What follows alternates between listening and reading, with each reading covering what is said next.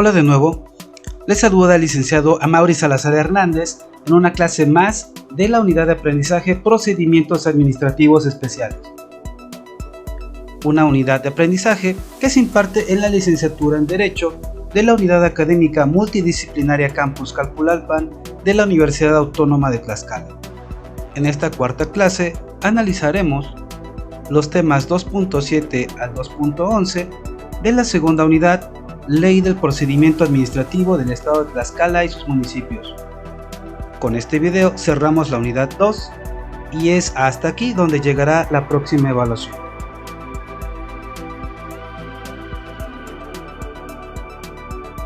Como pueden notar, estos son los tópicos de la unidad 2, el procedimiento administrativo, iniciación del procedimiento administrativo, los interesados también dentro del procedimiento administrativo, impedimentos, excusas y recusaciones, verificación e inspección, términos, notificaciones, terminación del procedimiento administrativo, medidas de seguridad, infracciones y sanciones administrativas, recursos, en este caso son dos, recurso de revisión y recurso de inconformidad, y por último, la ejecución de los actos administrativos.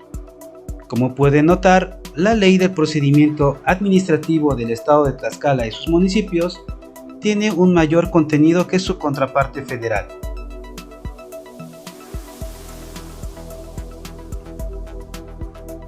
Continuamos con el tema 2.7, procedimiento administrativo en cuanto a su iniciación. Tenemos que el procedimiento administrativo puede iniciarse de oficio o a instancia de persona interesada. El procedimiento de oficio se inicia por 1. Acuerdo del órgano competente, 2. Orden del órgano superior, 3. Sugerencia razonada de un órgano subordinado y 3. Denuncia de particulares. El procedimiento a petición de parte debe ser promovido por persona física o jurídica, pública o privada, que invoque un derecho subjetivo o un interés legítimo. Las promociones de carácter administrativo que se realicen deben presentarse ante las unidades administrativas de la autoridad administrativa que vayan dirigidas o en su caso por cualquier medio provisto por la ley o reglamento que le aplica. Como pueden ver, son 4 supuestos para que el procedimiento inicie de oficio. Acuerdo del órgano competente obviamente se refiere a esa autoridad que le confiere la ley. Orden de órgano superior, obviamente estamos ante la autoridad superior que tiene la facultad de ordenar a otros de menor jerarquía. La sugerencia razonada de órgano subordinado se refiere a estos de menor jerarquía que al notar alguna cuestión que no cuadra con alguna revisión, alguna auditoría, sugieren al órgano superior que se realice el procedimiento de oficio. Y por último, la denuncia de particulares. Se consideran presentadas dichas promociones el día en que las reciba la autoridad competente, siempre que por cumplimiento de los términos establezca una carga procesal a la misma autoridad. Cuando un escrito sea presentado ante un órgano incompetente, este debe remitir el expediente en un término máximo de 5 días hábiles a la autoridad competente, notificándole este hecho en el mismo término al promovente.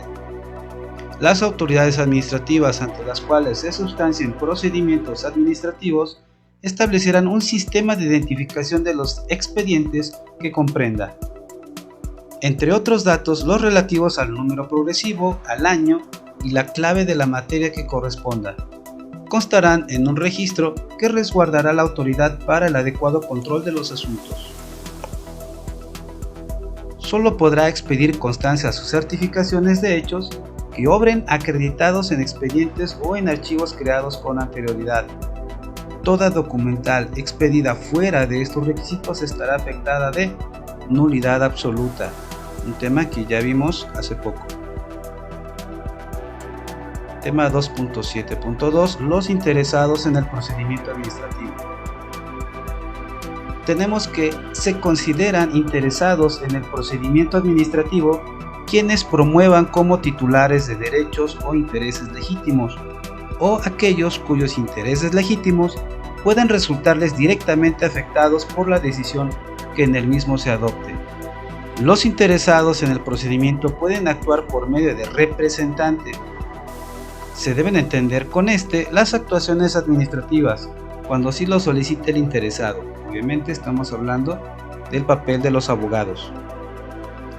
Para poder formular reclamaciones, desistir de instancias y renunciar a derechos en nombre de otra persona, se debe acreditar la representación para tales efectos mediante los documentos idóneos, que se establezcan en las leyes o reglamentos aplicables o bien en los términos que establece el Código Civil del Estado.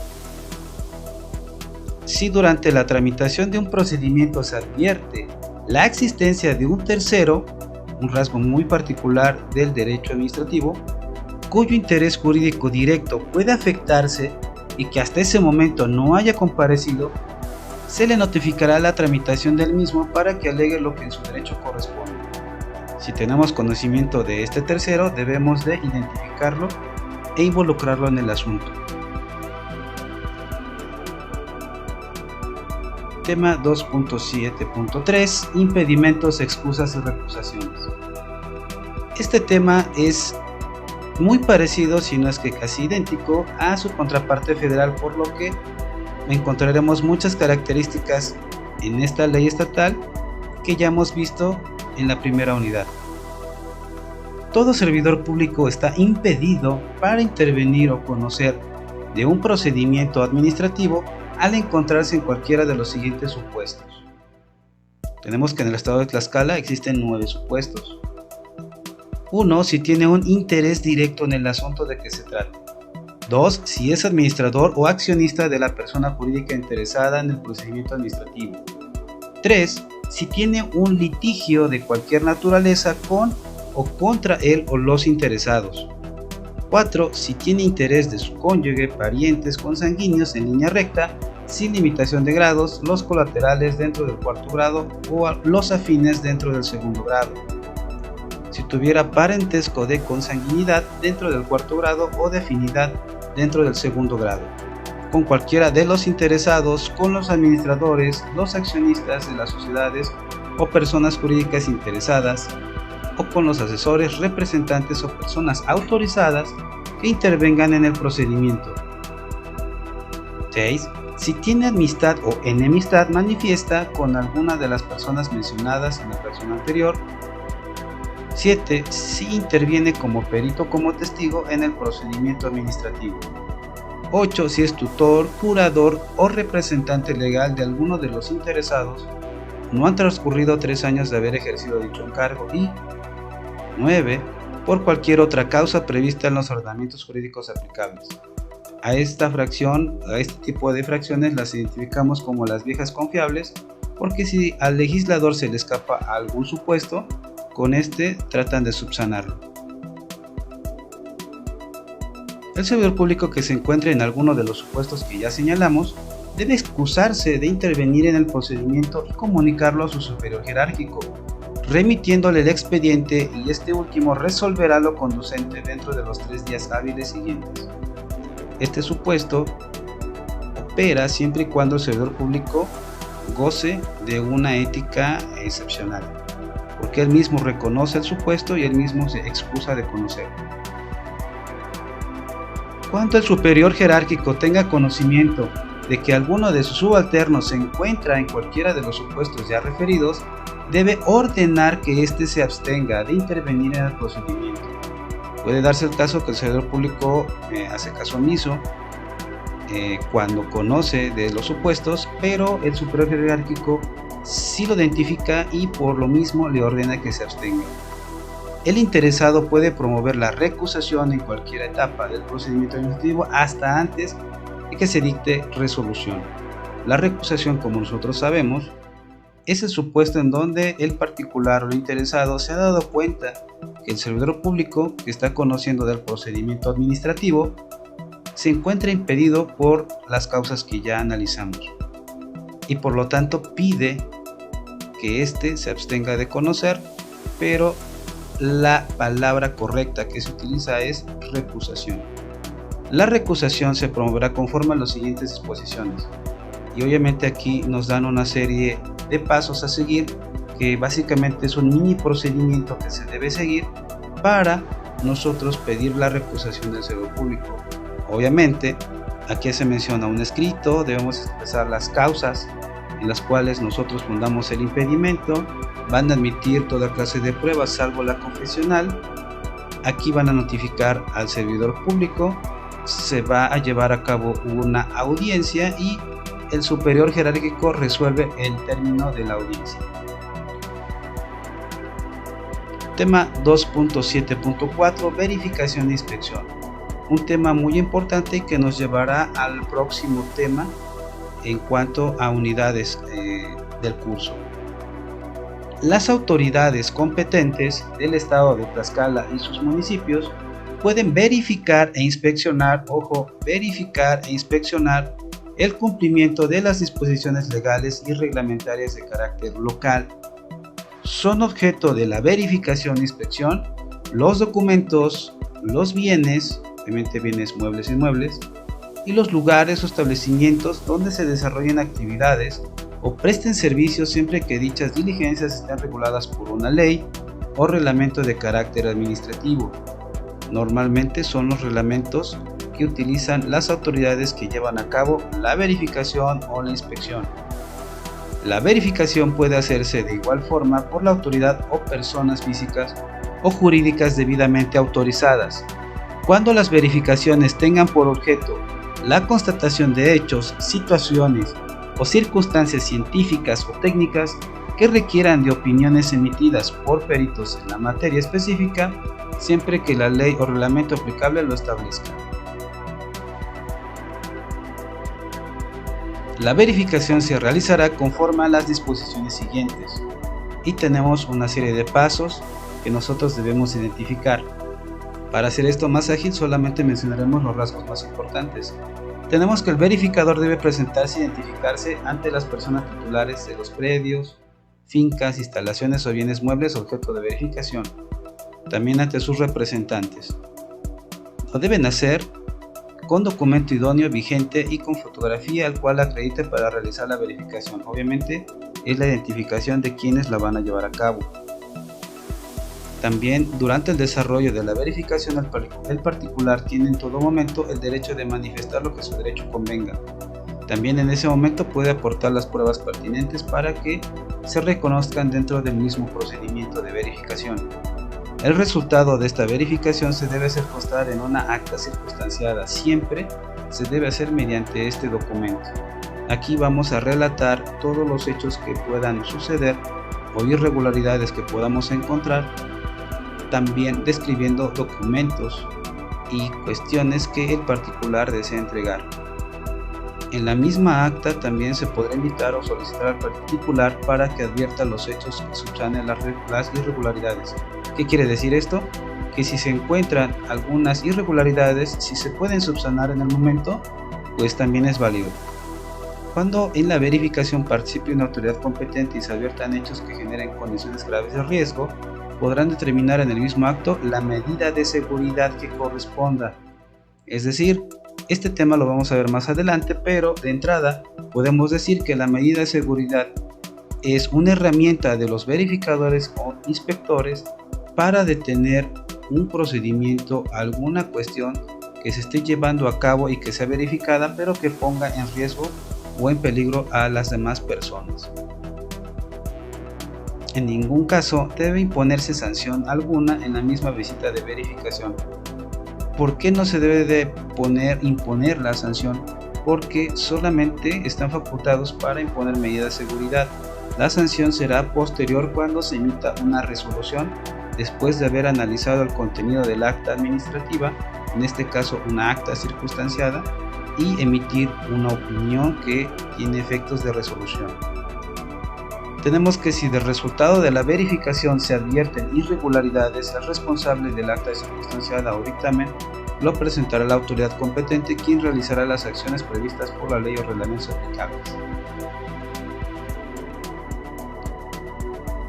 Por otro lado, la inspección procede cuando la autoridad deba constatar que un particular cumple debidamente con normatividad aplicable, siempre que existan indicios o presunciones legales o humanas respecto de una irregularidad.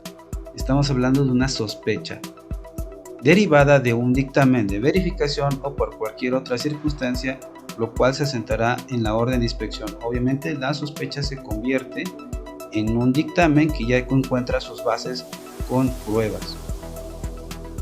Los inspectores, antes de practicar la visita de inspección, deben identificarse con documento idóneo, obviamente lo mismo que se hace en la verificación, que es un documento que contiene una fotografía que lo acredita, el cargo, y también debe de hacerse acompañar de la orden de inspección, obviamente para cumplir, como ustedes saben, con el principio de legalidad. Es decir, que deba ser un documento por escrito, emitido por autoridad competente, fundado y motivado. Aquí ya lo tenemos: constar por escrito, estar expedido por autoridad competente, contener firma autógrafa de quien lo expide, precisar los alcances y objetivos de la visita, así como señalar los documentos o bienes, lugar o establecimiento que ha de inspeccionarse, y estar debidamente fundada y motivada de tal manera que dé seguridad al particular que los artículos señalados sean congruentes al caso concreto. En toda visita de verificación e inspección se debe levantar un acta circunstanciada en presencia de 2 testigos propuestos por la persona con quien se hubiera entendido el acto administrativo procedimental o por quien la practica en caso de que aquella se niegue a designarlos. Obviamente se le invita al visitado para que designe sus propios testigos y en su negativa, la autoridad que verifica puede asignarlos sin ningún problema.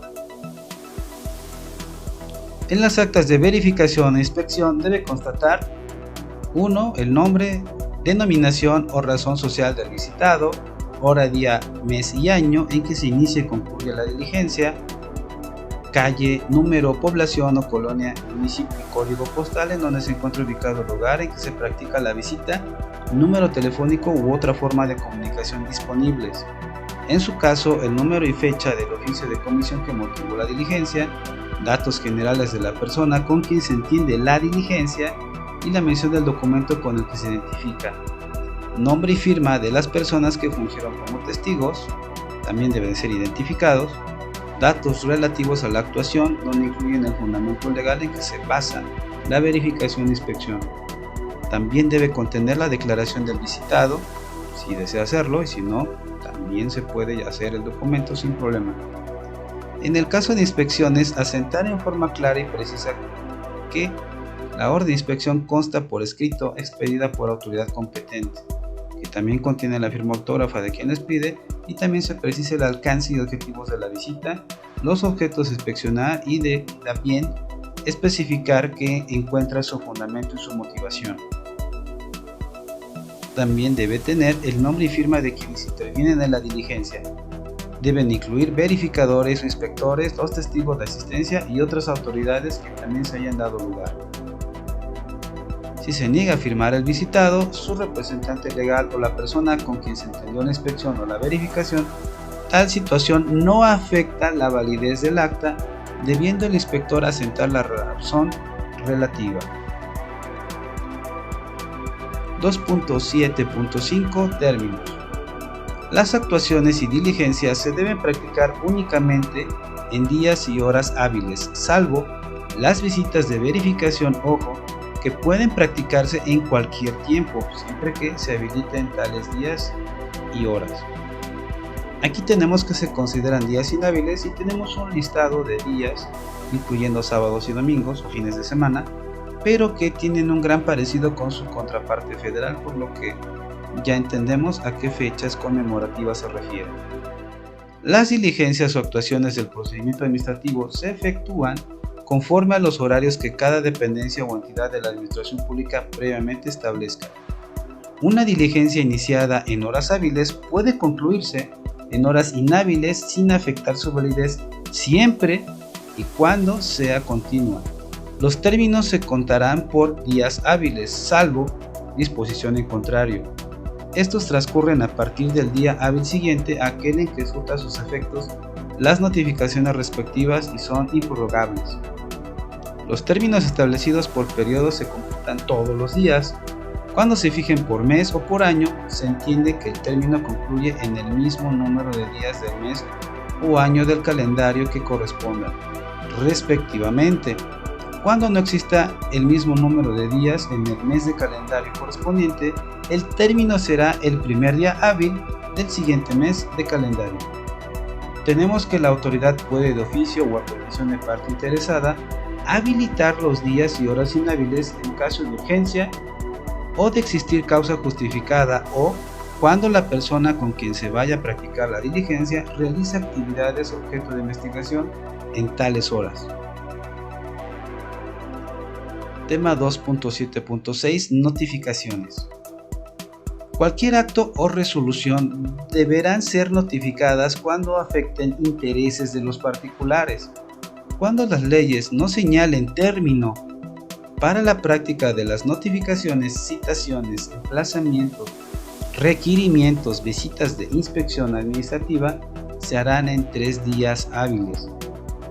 Las notificaciones, citatorios, emplazamientos, requerimientos y la solicitud de informes deben realizarse 1. Personalmente y por escrito, 2.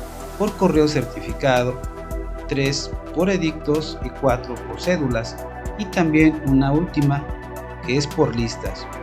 Nosotros conocemos estos medios para notificar, puesto que en ramas del derecho como en el civil, nosotros también sabemos que este tipo de notificaciones se pueden dar de manera personal, por correo certificado, que actualmente es por correo electrónico, también por edictos, las cédulas que nosotros identificamos en las fincas cuando se colocan en ciertos inmuebles determinados, y por listas cuando encontramos unas notificaciones de tablero. Las notificaciones deben hacer constar únicamente lo concerniente a la práctica de las notificaciones a su cargo. Asimismo, en el caso de notificaciones personales, aquí deben de cerciorarse de que el domicilio del particular corresponde con el señalado para recibir notificaciones. Entregar la copia del acto que se notifica, señalar la fecha y hora en que se efectúa la diligencia y recabar el nombre y firma de la persona con quien se entienda la notificación, puede ser el notificado o no, y datos que se cotejarán con la identificación oficial de esta. Ojo aquí, toda notificación debe contener el texto íntegro del acto administrativo, que puede ser una transcripción literal de lo que trata el acto administrativo, con excepción de la que se haga por edictos, obviamente. 2. El fundamento legal en que se apoye. 3. El recurso que proceda para su reclamación. Esta es una característica del procedimiento administrativo porque la misma autoridad te está dando la pauta o el camino a seguir después de que ha sido notificado. Las notificaciones hechas en contravención a lo establecido por la Ley del Procedimiento Administrativo del Estado de Tlaxcala y sus municipios afectan al procedimiento de nulidad relativa. Ya sabemos que cuando se trata de nulidad relativa puede ser convalidado o subsanado. El interesado podrá impugnarlas mediante el recurso de revisión si la notificación proviene de la autoridad administrativa o a través de un incidente cuando provenga del Tribunal de Justicia Administrativa. Las notificaciones irregulares se convalidan, como ya vimos, cuando el interesado se manifieste sabedor del contenido del documento que se notifica. El mismo la puede convalidar o subsanar. Tema 2.7.7 Terminación del procedimiento administrativo.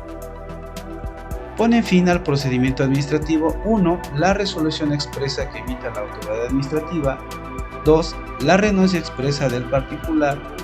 Y 3. La imposibilidad material de continuarlo por causas sobrevenidas.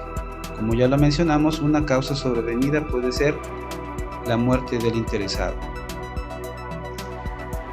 Las resoluciones que pongan fin al procedimiento deben resolver todas y cada una de las cuestiones planteadas por los interesados en sus escritos o previstas por las disposiciones legales o reglamentos aplicables. Todo interesado puede renunciar al procedimiento administrativo que promueva solo cuando afecte a sus intereses. En caso de que existan varios interesados, el desistimiento solo operará respecto de quien lo formula. La renuncia debe ser presentada por escrito, ya sea por el interesado o su representante legal, y para que produzca efectos jurídicos tiene que ser ratificada por comparecencia ante la autoridad competente que conozca del procedimiento. Dicha ratificación debe efectuarse dentro de los 3 días siguientes a la presentación del desistimiento, es decir, la presenta por escrito y la debe de ratificar 3 días después. Tema 2.8. Medidas de seguridad. Se consideran medidas de seguridad aquellas que dicte la autoridad competente para 1. Evitar daños a las personas y a los bienes. 2. Proteger la salud. Y 3. Garantizar la seguridad pública. Las medidas de seguridad pueden estar previstas en cada caso por las normativas administrativas. Las autoridades administrativas que determinen en forma expresa las leyes o reglamentos aplicables, con base en los resultados de la visita de verificación o del informe de la misma, pueden dictar medidas de seguridad para corregir las irregularidades encontradas, notificándolas al interesado y otorgando un término adecuado para su realización. Las medidas de seguridad son de inmediata ejecución, no pueden esperar, tienen carácter preventivo y se aplicarán sin perjuicio de las sanciones que en su caso correspondan. Dichas medidas tendrán la duración estrictamente necesaria para la corrección de las irregularidades o prevención de los riesgos respectivos. El ejemplo más claro: si la autoridad sanitaria verifica un establecimiento que vende comida y existe el supuesto de que se venda comida contaminada, pues obviamente va a tratar de impedir que esa venta continúe hasta que se subsane el problema del por qué se está vendiendo un producto contaminado, siempre que se ponga en peligro la salud de las personas o se causen daño a las mismas. Debemos entender también que es de carácter preventivo y que son independientes de que se apliquen sanciones que correspondan posteriormente. Tema 2.9. Infracciones y sanciones administrativas. Las sanciones administrativas deben estar previstas en ordenamientos jurídicos y consisten en 1. Amonestación con apercibimiento, que básicamente es la amenaza. 2. La multa. 3. Clausura temporal o permanente, parcial o total, a establecimientos, negocios, obras o instalaciones. 4. Ejecución de obras y en su caso demolición en rebeldía del obligado y a su costa, cuando exista determinación administrativa firme que imponga esas medidas. 5. Arresto administrativo. Y 6. Las demás que señalen las disposiciones legales. La autoridad administrativa debe fundar y motivar su resolución considerando para su individualización 1. Los daños que se produzcan o puedan producirse. 2. El carácter intencional o no de la acción u omisión constitutiva de la infracción. 3. El beneficio o lucro que implique para el infractor. 4. La gravedad de la infracción. 5. La reincidencia del infractor. Y 6. La capacidad económica del infractor. En todo caso, estos son los aspectos que debe tomar en cuenta la autoridad al momento de imponer la sanción. Su procedimiento.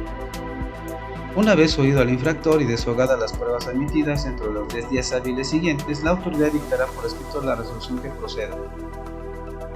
Como ya vimos, esta debe ser notificada en forma personal o por correo registrado. Las autoridades competentes harán uso de las medidas legales necesarias, incluyendo el auxilio de la fuerza pública, para lograr la ejecución de las sanciones y medidas de seguridad. 3. Las sanciones administrativas pueden aplicarse simultáneamente. Las sanciones por infracción administrativa se impondrán sin perjuicio de las penas que correspondan a los delitos, es decir, por una vía se aplican sanciones administrativas y por otra penales. Cuando en una misma acta se hagan constar hechos o circunstancias de los cuales se deriven diversas infracciones, en la resolución respectiva las multas se determinarán por separado, así como el monto total de cada una de ellas. La autoridad puede, de oficio o a petición de parte interesada, dejar sin efectos un requerimiento o una sanción cuando se trate de un error manifiesto, o el particular demuestre que ya había dado cumplimiento con anterioridad. La facultad que tiene la autoridad para imponer sanciones administrativas prescribe aquí en Tlaxcala en 5 años. El término de la prescripción será continuo y se contará desde el día en que se cometió la infracción administrativa, si fuere consumada, o desde que cesó, si fuese continuo. Tema 2.10. Recursos. En Tlaxcala tenemos dos recursos, el de revisión y el de inconformidad. Recurso de revisión. Los actos o resoluciones que emanen de una autoridad administrativa en el desempeño de sus atribuciones, que los interesados estimen antijurídicos, infundados o faltos de motivación, pueden ser impugnados mediante el recurso de revisión, que debe hacer valer por escrito dentro de los 15 días hábiles contados a partir del día siguiente de su notificación o del que tengan conocimiento del acto o resolución de que se trate. Tenemos que el recurso de revisión procede contra los actos de autoridades que impongan sanciones que el interesado estime indebidamente fundados y motivados. 2. Contra actos de las autoridades administrativas que los interesados estimen violatorios de la ley que estamos analizando. Ley de Procedimiento Administrativo del Estado de Tlaxcala y sus municipios. 3. Contra el desechamiento de pruebas dentro del procedimiento administrativo. También contra las resoluciones de las autoridades administrativas que pongan fin al procedimiento. Y 5. Contra las resoluciones dictadas por la Contraloría General o por los órganos internos de control al resolver el recurso de revocación previsto en la Ley General de Responsabilidades Administrativas. Aquí debemos de tener especial atención, ya que esta reforma fue dada a conocer en el año 2018. Por lo tanto, aquí se están acomodando las piezas para que pueda armonizar esta ley con la Ley General de Responsabilidades Administrativas. El recurso de revisión debe interponerse ante el Tribunal de Justicia Administrativa, antes Sala Electoral Administrativa, dentro del término de 15 días hábiles contados a partir del día siguiente, aquel en que la resolución se notifique o se haga del conocimiento de él o los interesados. El recurso de revisión debe presentarse por escrito firmado por el afectado o por su representante. Y obviamente tenemos acá un listado de el contenido que debe demostrarse: el nombre y domicilio del inconforme, el interés jurídico con que comparece, la autoridad o autoridades que dictaron el acto impugnado, la manifestación del afectado, obviamente bajo protesta de decir verdad, la mención precisa del acto de la autoridad que motive la interposición del recurso de revisión, los conceptos de violación, las pruebas que ofrezca y lugar y fecha de la presentación del recurso de revisión. Una vez presentado el escrito, la autoridad administrativa debe acordar por escrito la admisión del recurso en un término no mayor de 5 días hábiles, debiendo admitir las pruebas presentadas y declarará desahogadas aquellas que por su naturaleza así lo permitan.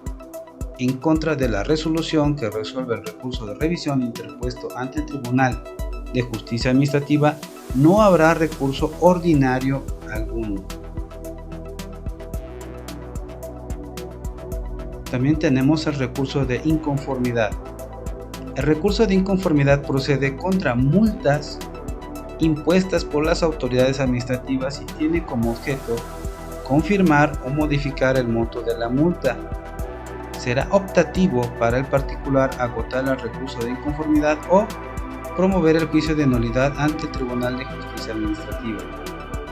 El particular puede interponer dentro de los 3 días hábiles contados a partir de la fecha en que se le notifique el acto impugnado el recurso de inconformidad, el cual debe presentarse ante la misma autoridad que impuso la multa, quien la remitirá al Tribunal de Justicia Administrativa junto con el expediente donde consten los actos impugnados, acompañándolos de un informe justificado dentro de los 5 días hábiles siguientes a la fecha de interposición del recurso.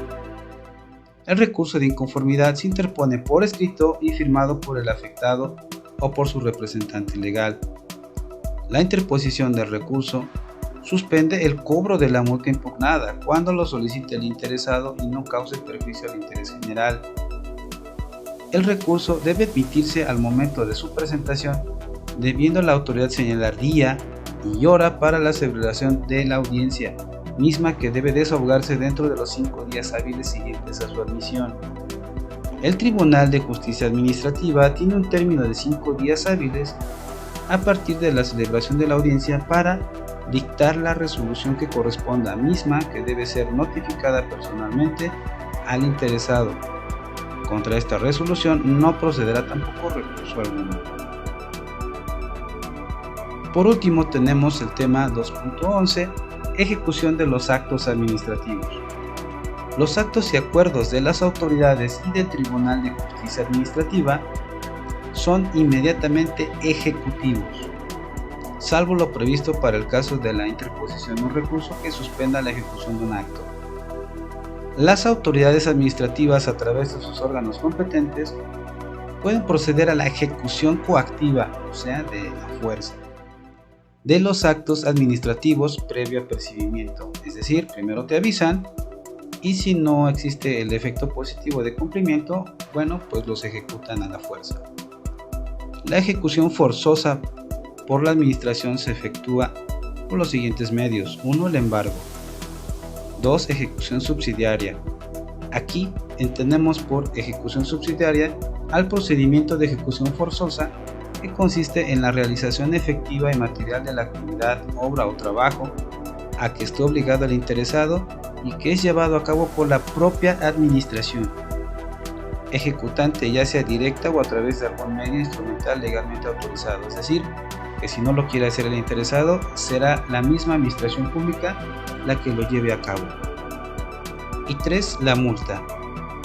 Si en virtud de un acto administrativo se obliga a pagar en cantidad líquida, se debe seguir el procedimiento establecido en la legislación hacendaria del Estado. Tiene lugar la ejecución subsidiaria cuando se trate de actos que por no ser personalísimos puedan ser realizados por sujeto distinto del obligado. En este caso, la administración realizará el acto por sí o a través de las personas que determine a costa del obligado. Bueno, hasta aquí llegamos con la unidad 2. Debemos de enfatizar el hecho de que próximamente la evaluación contemplará la unidad 1 y la unidad 2 de la presente unidad de aprendizaje, por lo que les recomiendo estudien los 4 videos, así como los cuestionarios que hemos dejado en la plataforma SIGA para que puedan prepararse y hacer una buena evaluación. De mi parte es todo y nos vemos en el próximo video. Hasta luego.